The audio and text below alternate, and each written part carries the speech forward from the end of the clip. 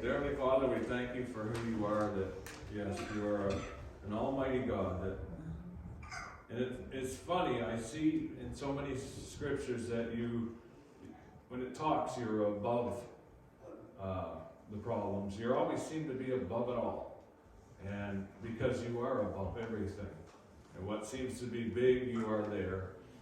And you are above it. And sometimes we feel like we're below it. And it's squishing us and squashing us and it's overcoming us. But Lord, you stand above it all. And I thank you that you are in control. And when we feel that you're not there, may we see you. May you reveal yourself. Prepare each one to hear your word today. May we hear your living word. May it not be mine, but Lord, may you speak to the people, Father, your people, enlightly. We ask all this in your precious name. Amen. So we've talked a little bit of Old Testament stuff, and I'm going to have problems here, I can tell. But we've been talking about Old Testament stuff. We've been talking about Jacob, and we've been talking about Esau, and we've been talking about Isaac, and a little teeny bit about Abraham. And I don't know how long we'll stay in here. There's probably more. We'll see. But we're going to talk a little bit more about Jacob, especially today. And we've learned a bit about Jacob. For you guys that haven't been here, well, you know, Jacob was the second of twins. He was the one that came out behind Esau. Their parents were, their dad was Isaac. He was, interesting enough, he was the only patriarch that never had his name changed, was Isaac. He never left Canaan. And so the whole idea was Jacob came out holding on to, his brother Esau. Esau came out first, and he was hairy and red, and he looked like, it said, like he had hair on him, like Chewbacca, and it was probably scary a little bit. Maybe it wasn't back then, who knows. But anyways, I would be freaked out if we had, a griffin came out looking like that. We would have went, come back, right?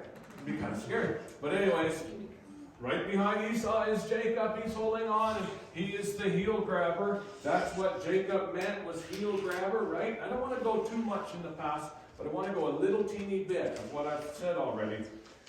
And he was always chasing. Jacob's always negotiating his whole life. He's negotiating and trying to, because he's behind, he's trying to get what's not his. And so he tricks Esau into giving him his birthright. He went hunting, right?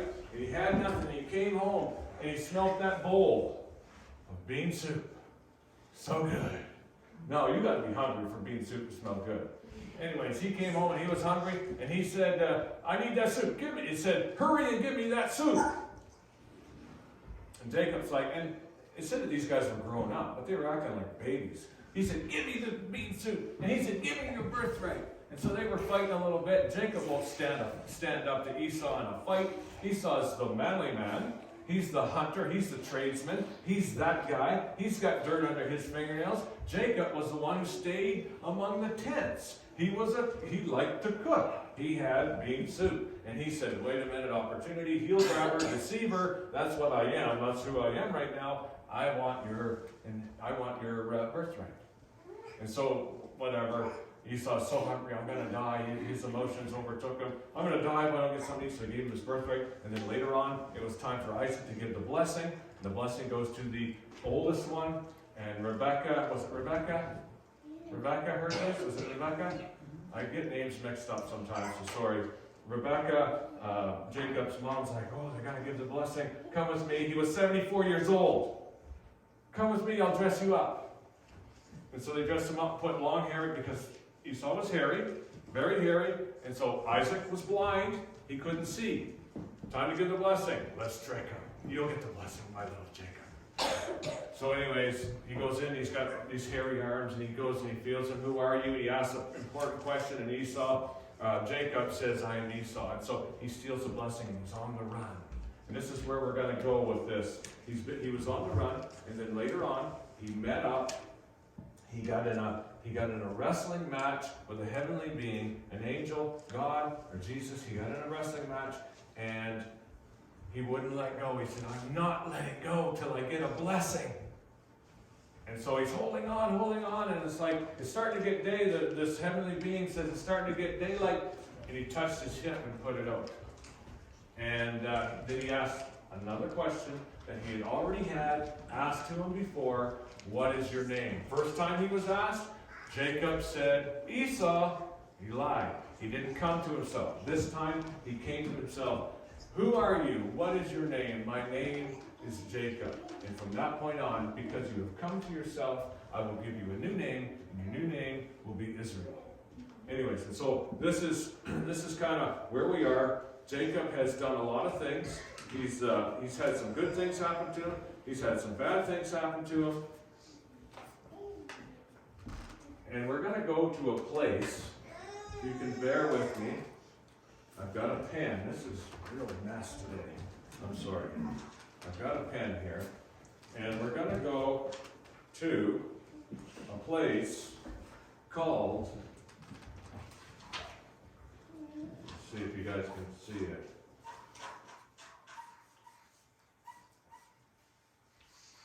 We're going to a place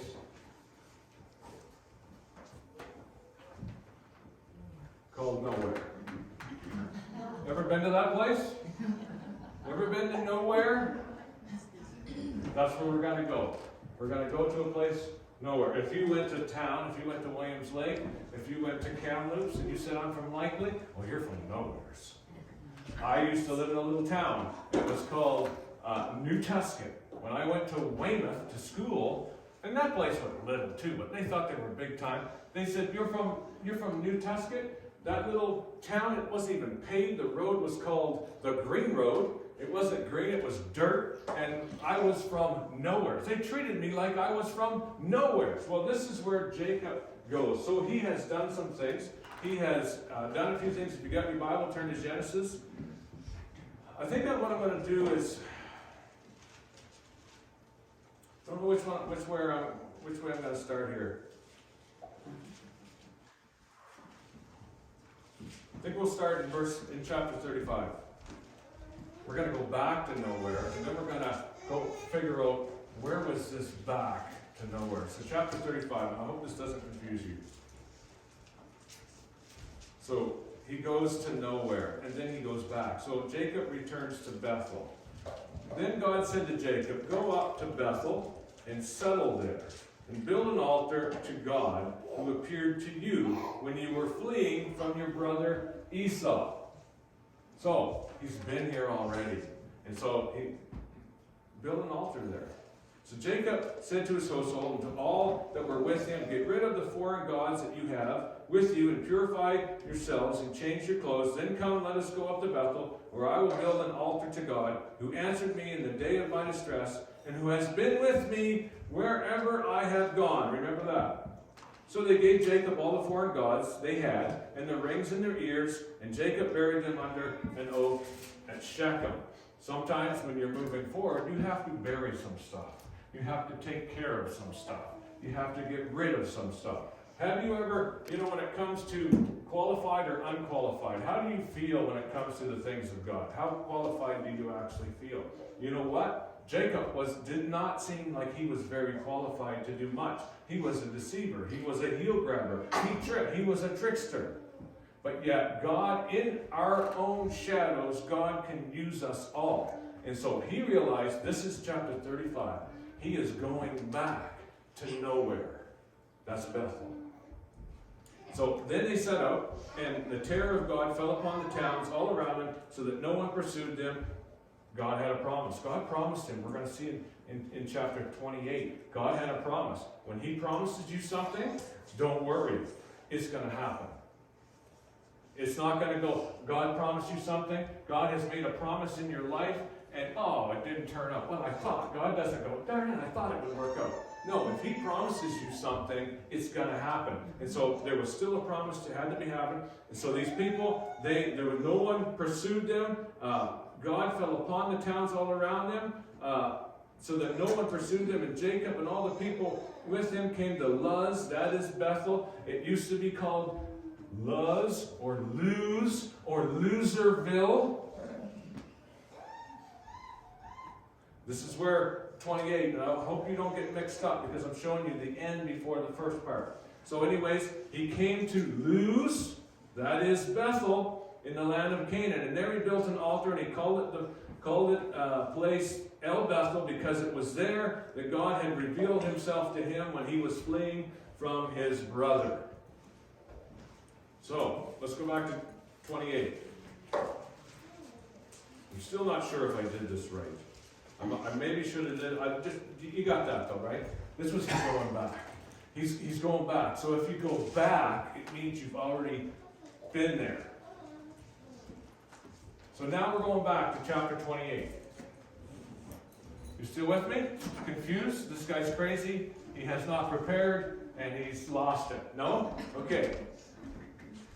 Jacob, let's go. Let's see here. Jacob's running from Esau. Remember the blessing. He stole it. He got the hairy arms. His mother was in on it. And Esau's mad. And there's a reason he's mad. Because he lost his blessing. And Jacob, he has skillets. But Esau has guns. And so he runs. And so Jacob left Beersheba. And he set out for Haran. When he reached a certain place, he stopped for the night because the sun had set. He stopped for the night. Okay? Taking one of the stones there, he put it under his head and lay down to sleep. And he had a dream in which he saw a stairway resting on the earth with the top of it reaching the heaven. And the angels of God were ascending and descending on it. And there above it stood the Lord. There we go again. There above it. God is above everything. He's above everything. There above it stood the Lord, and he said, I am the Lord, the God of your father Abraham and the God of Isaac, and I will give you your descendants the land on which you are lying. Your descendants will be like dust on the earth, and you will spread out to the west and to the east and to the north and to the south. Promise, a covenant. This is a promise, this is a covenant. God said he's going to do it. He's going to see it through. Jacob, you shouldn't have to worry about anything for a while. And all the peoples on the earth will be blessed through you. So this is a blessing, not to just bless Jacob, but it's a blessing to bless others. And God blesses you, not just to bless you, but to bless others. I am with you, and I will watch over you wherever you go, and I will bring you back to this land. You're going to come back to this land. And he talks about this place as a certain place. Doesn't even have the name. Jacob doesn't even know the name at the time. It is nowheres to him when he went here. I will not leave you until I have done what I have promised you. And Jacob awoke from his sleep, and he thought, surely the Lord is in this place, and I was not aware of it. The Lord was here and I didn't even know. And he was afraid, and he said, how awesome is this place? This is usually what happens, right? And I've said it before. When you have an encounter with God, the first emotion is fear. And so he was afraid, and he said, how awesome is this place? This is none other than the house of God. This is the gate of heaven.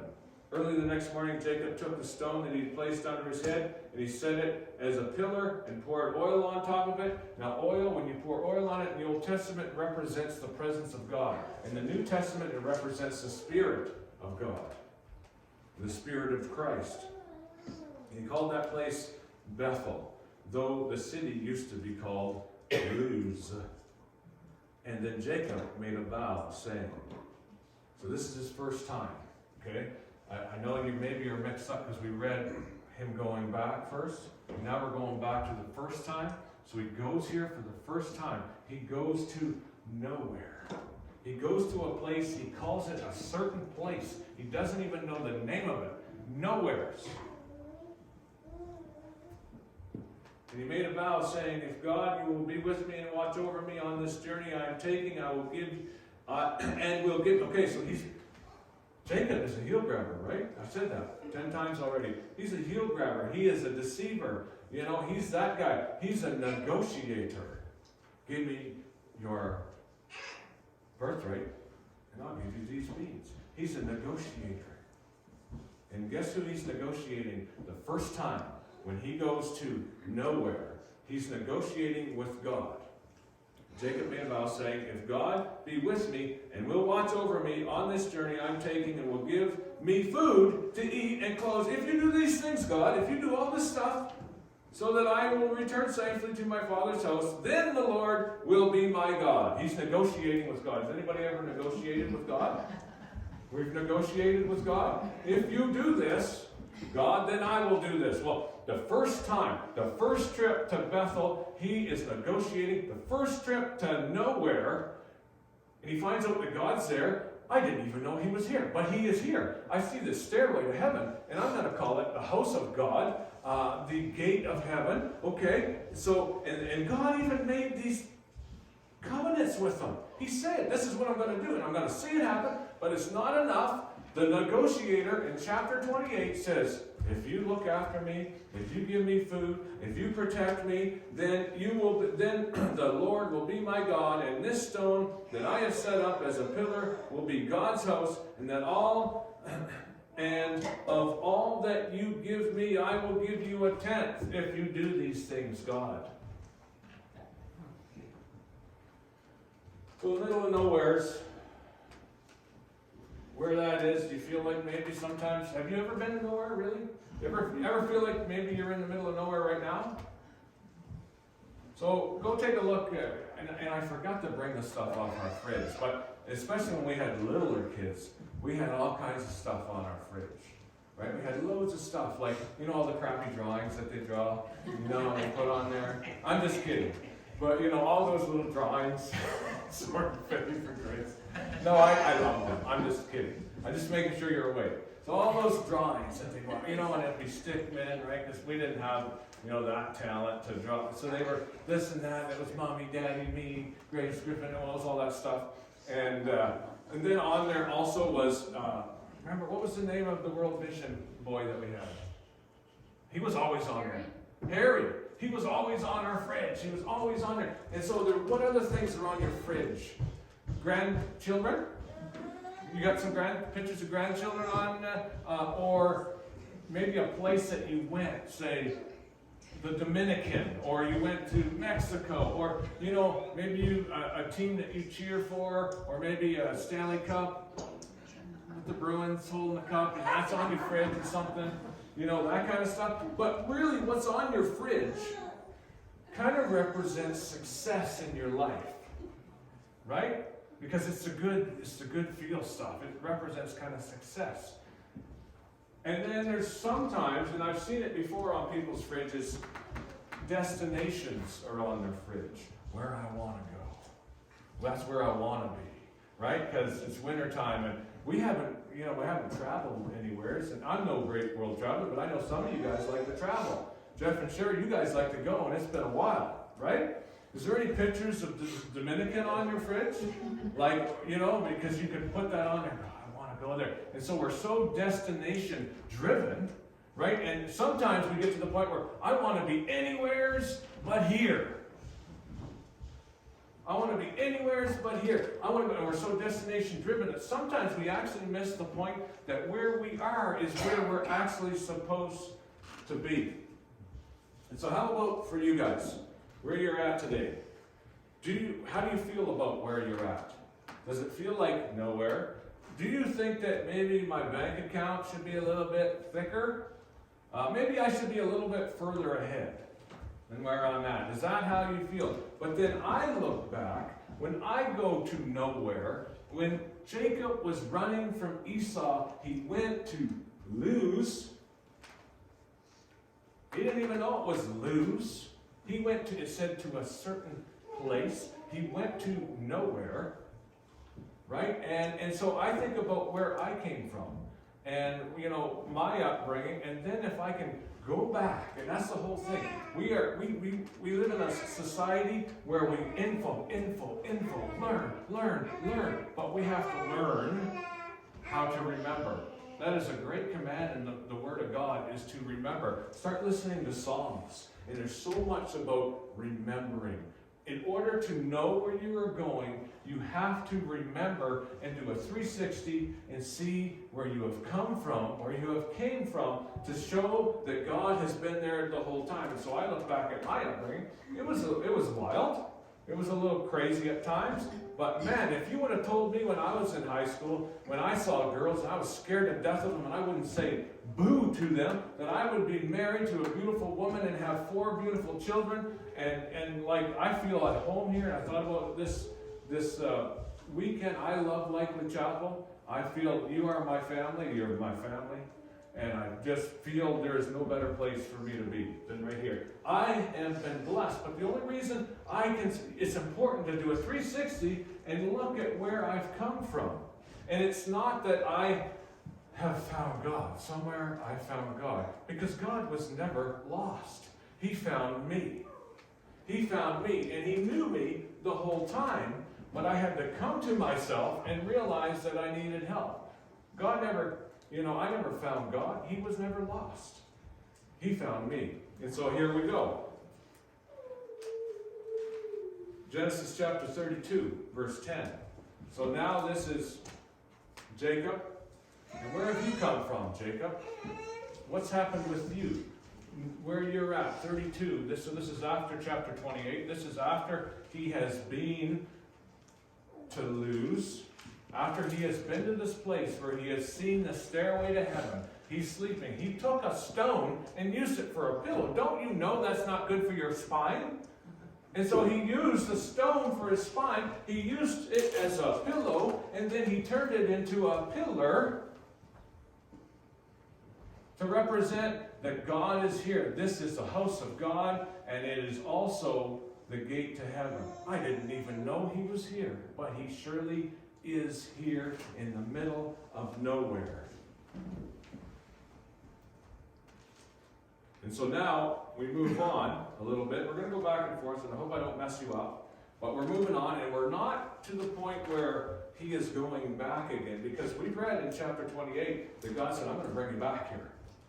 You're here.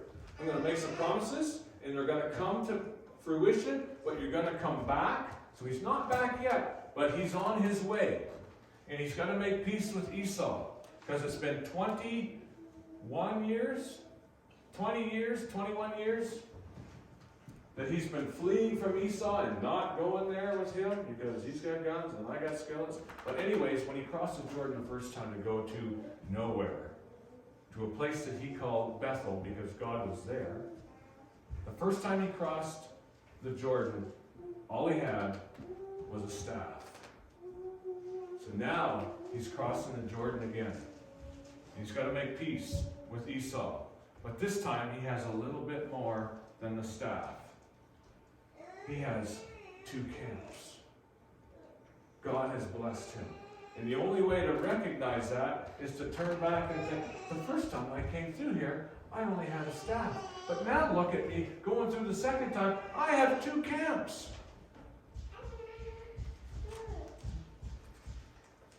And so he goes there, and we see the story, we read it, that he was laying there, and he didn't know what the place was. So Jacob left Beersheba, and he set out for Haran, and when he reached a certain place, wasn't even named, he stopped for the night because the sun had set, and taking one of the stones there, he put it under his head. This is what happened. He had a dream in which he saw the stairway resting on the earth, base on the earth, with its top reaching the heaven, and the angels of God were coming up and going down, and maybe we'll talk about this in another sermon, because I think it's important. Up and going, ascending and descending, and there above it stood the Lord. God is always above everything in your life. So this is what he is. He has went to the middle of nowhere, and he has seen God, and he received a blessing. God said, I will be with you, and I will promise that just like, Abraham, that I will bless you, your descendants will be like the dust. There will be so many from the north and the south and the east and the west. I will bless you, and I will have it come to pass. All these blessings, these covenants, these promises, in the middle of nowhere. In Loserville. God was there. Jacob was just passing through. And And God revealed himself. And remember, he's running from Esau, scared to death. Maybe this blessing that I stole wasn't worth it. Because this is, right, and blessings can be, inheritances and all this stuff. Remember last week we learned that they can be given up, they can be transferred, or they can be doubled. And Jesus, he transfers the inheritance of heaven and being sons and daughters of Christ. He went through it all and never sinned, and so he transfers it to us if we ask him into our lives. But now Jacob's got the blessing, but is this blessing even worth it? And he sees what's going on, and he sees his stairway, and he's going, what is going on? This is crazy. But God is here, and I'm afraid, and I had no clue he was here. So what I'm going to do in this certain place, in the middle of nowhere, I am going to rename it. And I think that we should get in the process of renaming things. And I've thought of this, and this is a perfect example. I got an x-ray for this wrist, and this is what they said. It was, you've got a 90-year-old wrist. So me and Ed have the same wrist. I looked at him, and he said, it's terrible getting old, Marty. Well, I don't accept it. I don't accept it, and I'm going to rename it. Because we have the power. We have the power to rename things. If God has given you a promise, and if God is there, and it looks like this situation is a setback, it could be a setup for God to do great work. And so we need to take hold of our renaming power, because it may seem like the situation is terrible, but if God has promised you something, and if God is in it, rename it. And so we need to get, as believers, start renaming things. Because this is terrible. What happened? This is terrible. This is terrible. I know God is in my life. He has a plan for me and my family. I have the power to rename it. Ever hear that? That sounds serious. That sounds like a real believer. Man, he's going to rename it. Like he's got the power of God, and I'm renaming it. Jacob said, whatever this place is, this certain place, I'm going to name it Bethel. El Bethel, the house of God and the gate to heaven. Loserville no more. So we need to get that. And so here we go. When it comes to going back to Bethel, so he's been to Bethel, chapter 28. He went to Bethel. He saw the vision, stairway, right? I don't want to say it too much. He saw it. I just want to make sure you're on the same line. He saw what was going on, and he calls it Bethel. So now it's time to go back to Bethel, because God said, you got to go back. And you're going to be saved, but you're going to go back.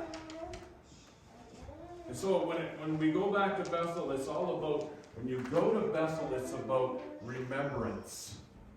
When you go back to Bethel, what you should get out of going back to Bethel, thinking about where you came from. And so this is with me.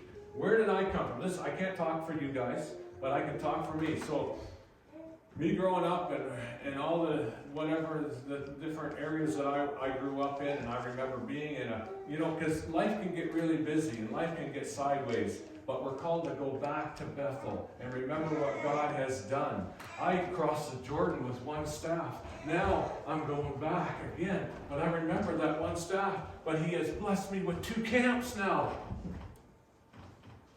And I got more goats and oxen and stuff that I don't even know what to do with. And you look at what he's going to give Esau. Loads of stuff. He had nothing. And so I remember I had nothing, but God made a promise. And so when I came out to BC, I had a Dodge Colt 1989. The stick shift fell through the floor. It fell right through the floor. It's loose. I'm really mechanically inclined, And so anyways, I wonder what it is. Oh, well, don't check for bolts or anything. Just keep moving it. And it just fell right through the floor. I didn't have a whole lot. I had a suitcase, myself and Danny. He had a couple more things because he was smarter than me. I brought nothing. I didn't even know where we were going. And thank goodness he was there, because I barely can get out of a bathroom. When I go into a rink to watch hockey, I was in Walmart the other day, Friday, and I went into the washroom, and then I came out, and I just lose where am I? And I go the wrong way. I went into the women's washroom. Yeah, I'm terrible. It's embarrassing, but that's me. So I was in the middle of nowhere, truly. Should not have been there. But anyway, we need to remember where we came from. And so I think about where I came from. I think about what God did in my life. I remember that old church basement. I don't know if I wrote this down. I wrote down a couple songs, and I won't sing them. I don't see anything wrong with the lights or stages. I even love it when the crowd gets loud, singing out God's praises. But every now and then, it can get a little complicated. So I remember when I was in that old church basement. And I remember where I came from. It was a little church basement in the Baptist church. And Aunt Jenny made me go. And I hated it. I didn't mind the Sunday school, but I remember those little rooms. And we got them down here in that old church basement. And I remember those little rooms. And I liked that. But then I had to go to church too. And but you know what? In those church rooms. And I'm going back to Bethel right now. That's what I'm doing. And I hope you go back to Bethel, where you came from. Where you came from. That is going back to Bethel right now. Where you were. In nowheres. Maybe it was nowheres. But you're going to find out a little bit. I got to get rolling here. But I went up to the Baptist church and I had to stay there. But because I stayed there, I got to hear old hymns. On Christ the solid rock I stand, no other ground. All other ground is sinking sand. A mighty fortress is our God. And then it says something about a bulwark. I didn't even know what a bulwark was, but I was singing about it. And that's something that stands strong and will not be pushed over. And then there's another song. I remember, and this is truly going back to Bethel. I remember when I was young. And your voice was shouting aloud my name. And since that moment, I haven't quite heard it that way. Well, now that I'm older, could you say it again? I remember when I was afraid, and know the hand I felt lead the way. And for the first time in my life, I felt safe. Well, God, now that I'm older, would you lead me again? I remember when I was blind, and then your hand opened up my eyes, and oh, the light that flooded my life. Now that I'm older, would you show me again? Like that is going back to where we came from. Going back to maybe even what you felt like at the time was nowhere. And so this is important to go back. And so I go back to when I was 16 years old, and I broke this shoulder. I messed it up severely, could not move it. And you know the story. I don't want to bore you because we're getting close to time up. But God, we went down and there was an old army vet from Vietnam, and he wasn't exciting, but he loved us, and that's all that mattered. And so there were youth that went down there, and I wasn't going, and people asked me, are you going? And I was offended because look at me, I can't even move my arm at all. I'm in pain, don't you know?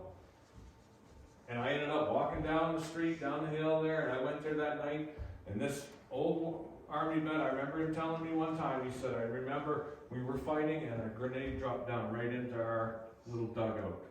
And we all looked at it and it didn't go off.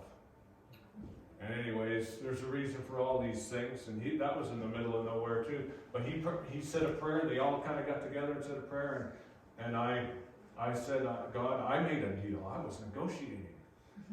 I never even planned on this. But see, Jacob was negotiating the first time he was in Bethel, the first time he was in nowhere. And so they were praying for God, and I was in nowhere, praying for my shoulder, and I negotiated with God, and I said, if you heal me, I will do this. I will tell everyone.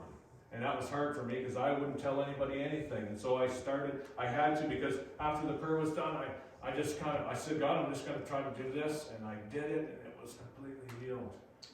And kids were running around, and they were excited, and I was scared to death. Because now I had to tell people, this is me going back to Bethel. And then I think, not too long ago, we came with the BC, and then I asked Cindy to go out to the prom with me, and she turned me down. I guess he was still going out with another guy. Anyways, whatever.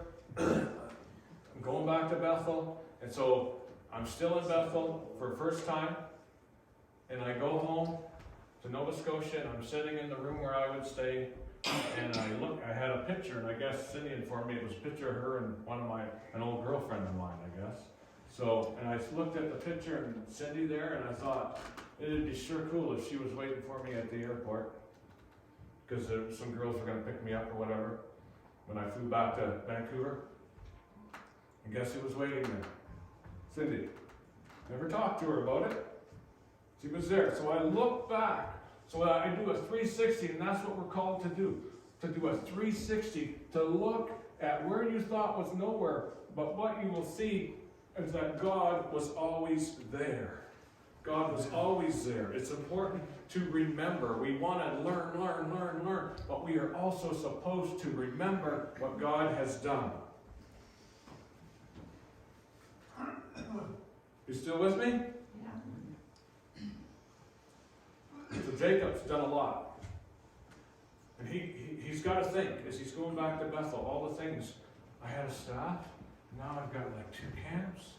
God has truly blessed me. And he's went through a lot. And when he went the first time to nowhere, he was running. The second time, he's limping. Because he got in that little wrestling match with an angel of the Lord. And he touched him, and he's been limping ever since. So now he's limping, and he goes back, and he's been through a lot of things. And so he ran from Esau, and he went to his uncle's place, Uncle Laban's, and he worked for, and I know it sounds kind of weird, but it's back in the Old Testament time, he fell in love with his uncle's daughter. He fell in love with his uncle's daughter, and that's kind of how, there wasn't loads of people. Not loads of people there. And so he fell in love with Uncle Laban's daughter. It was Rachel, right? So he fell in love with her, and he looked at her, and there, she had sisters too, but he looked at Rachel and said, I'd like to water your sheep. So anyways, he did this. He worked, and what he had to do is he had to work for like 7 years, Nathan. He had to work 7 years to get his daughter. Okay? So this is biblical. So anyways, he had to work 7 years. Uncle Laban, Jacob the deceiver, the heel grabber, the negotiator, has finally met, the trickster has finally met the trick. And Uncle Laban, he's like, 7 years you've worked for me. Thank you very much. And so it's wedding, it's the night before wedding time. It's the night, yeah. Your son-in-law, yeah. So this is what's going to happen.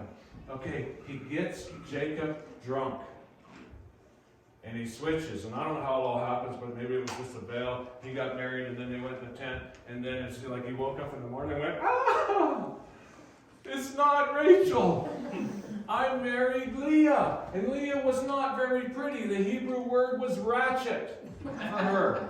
She was not very pretty. She had weak eyes. But I think that's a real nice way of saying she was. He's like, oh. So the trickster has met the trick. So Jacob has been through a lot of things. And so he's like, Laban says, oh, sorry, man. Sorry. You know what? If you work 7 more years for me, you can have Rachel. So 14 years he works to get the one that he wants. And so he's got sister wives. You wonder where that came from? Well, he's got sister wives now. And so this is happening, and then he's going away, but Laban has set out, something has happened, and I'm running out of time, but Laban has come after him to kill him now. But God says to Laban, it's not happening because I have promises. I have promises. I've got promises that have not been fulfilled, Laban. This will not happen. Jacob is safe. And so we have to learn to remember what God has done when we went to nowhere, where we came out of nowhere, and we had the power to rename it. God is in this place because he saw that God was in this place. We have to remember what he has done. It's very, very important. Also it is important not only to remember, but there is revelation that comes from going back to Bethel. Because when he went there, he realized God is in this place. But in verse 35, in chapter 35,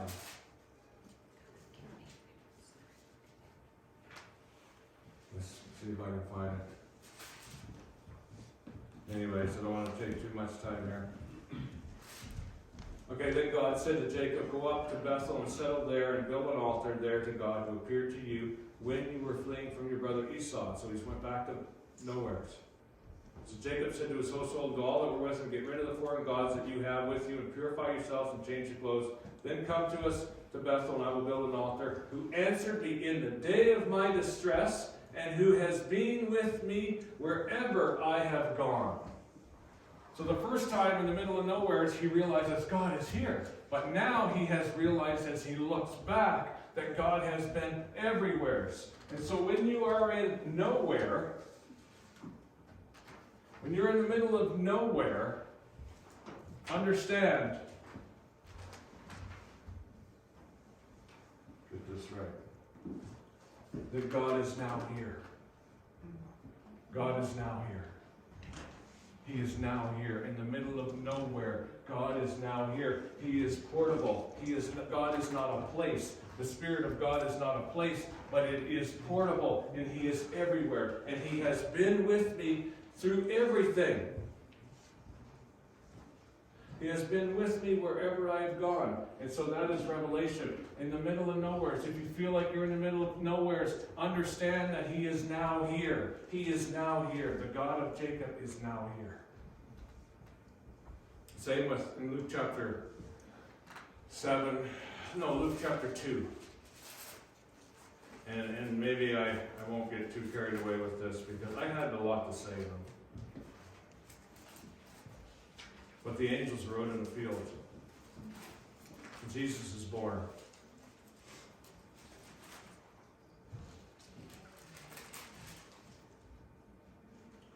And there the shepherds were living out in fields nearby, in the middle of nowhere, keeping watch over their flocks at night, and an angel of the Lord appeared to them, and the glory of the Lord shone around them.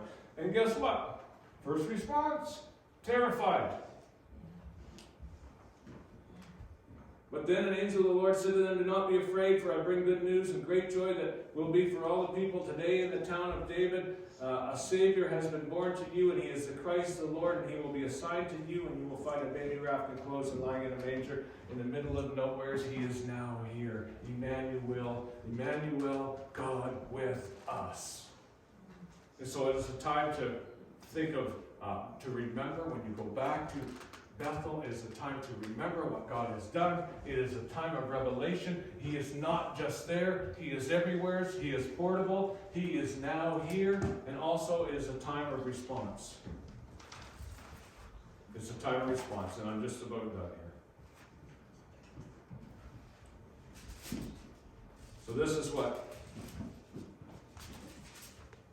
the negotiator has gone back to Bethel. And he's not negotiating anymore. And I don't consider myself arrived, but I know when God asked me if I would heal your shoulder when you speak for me again, and I said, I didn't negotiate with him and say yes. I just said, give me an opportunity. You don't have to heal me. So maybe in a way, me being a negotiator, because I made deals with him before, now I didn't even make a deal with him. I said, just, you don't have to heal me. Give me an opportunity. And he did. And so he returned. And God, and Jacob's not even speaking in chapter 35. He's really not even talking. God is now talking. Then God said to Jacob, go up to Bethel and settle there and build an altar there to God. So an altar, when we think of altars, we think of, a nice place where you can come and maybe pillows for your knees and it's going to be good. But an altar is a sacrifice back then. And it was a sacrifice, it was a blood sacrifice, it was an animal sacrifice, it was your best stuff you gave. Or it was a Thanksgiving offering sacrifice. And so they were called to do that. But Romans chapter 12, verse 1, I believe it is, says, offer yourself as a living sacrifice. Offer your body as a living sacrifice. So and God said, when you go back, when you go back to Bethel, when you go back, build an altar, and there to God who appeared to you first. Then Jacob said to his household, and right, we went on, and he buried some stuff that needed to be buried, and then he said, Jacob and all the people with him came to Luz, that is El Bethel, in the land of Canaan, and there he built an altar. And he called the place El Bethel because it was there that God had revealed to himself to him when he was fleeing from his brother.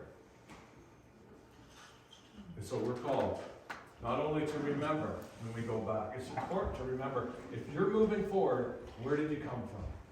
Remember, and you will see that God was there the whole time. Also, Revelation, he was there, but he's here too. And Jacob said, he was with me the whole time. The first time I didn't even know he was there, but he is.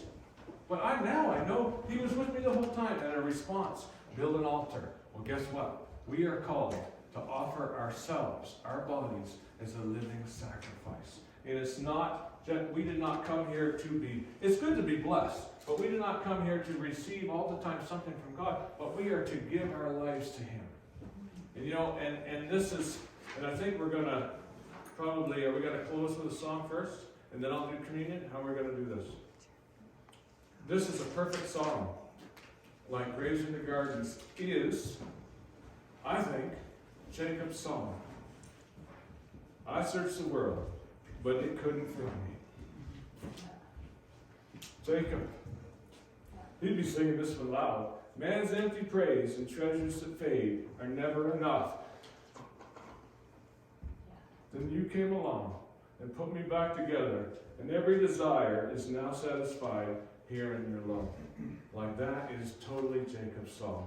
And when we go back to Bethel, we will see too what we were chasing and where we were negotiating for. And when we go back and see that what God has done, he is truly the only thing. He is enough. Amen.